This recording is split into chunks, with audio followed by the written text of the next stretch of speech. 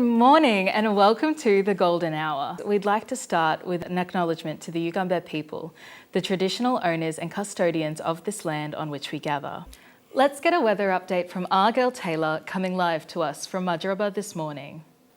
I spoke to some local film experts to find out more. Having survived the introduction of TV, DVDs, movie rentals, piracy and downloading, for those in the movie industry, the death of cinema is not a foreign concept. If coronavirus wasn't enough, the cinema industry has taken another blow, with major production companies like Disney and Universal choosing to release new films straight to digital amongst the ongoing rise of streaming platforms. I think cinema's greatest threat today is definitely the populace and the audience getting used to watching movies at home. There's no question that COVID has impacted box office. And whilst movie production has been booming, cinemas have lost almost 70% of revenue in the last year. Film professionals believe it'll be a slow road to recovery.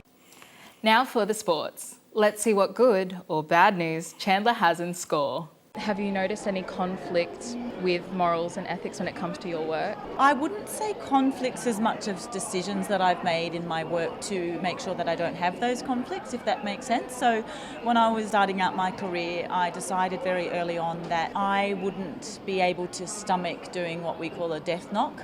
Hosted by Griffith University, the conference is a 3-day event gathering storytellers, educators, activists, artists and philosophers together to discuss some of the greatest social, moral and political challenges facing the world.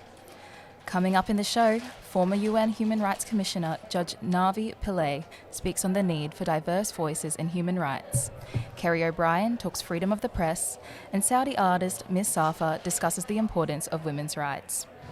Women empowering women. That's exactly what local non-for-profit Support the Girls is doing, with founder Jane Holmes leading the revolution. They walk in, they know they're in a safe place, and there's nobody else that actually facilitates that. From bra gifting days to street outreach and rural community projects, Support the Girls is ensuring Australian women of all ages and backgrounds have access to essential basics like new underwear, new and pre-loved bras, toiletries, and someone to talk to. You're made to feel welcome, spoiled, loved. I was one of the 15 invited students to go to Vanuatu for Griffith's inaugural climate change communication tour. We went into the newsrooms and got to talk to some of the media workers there. You hear and see what is going on firsthand. While the threat to cinema is still greater than ever, there's still a lot of love for movie popcorn, surround sound and the big wide silver screen. Monique Pueblos, The Source News.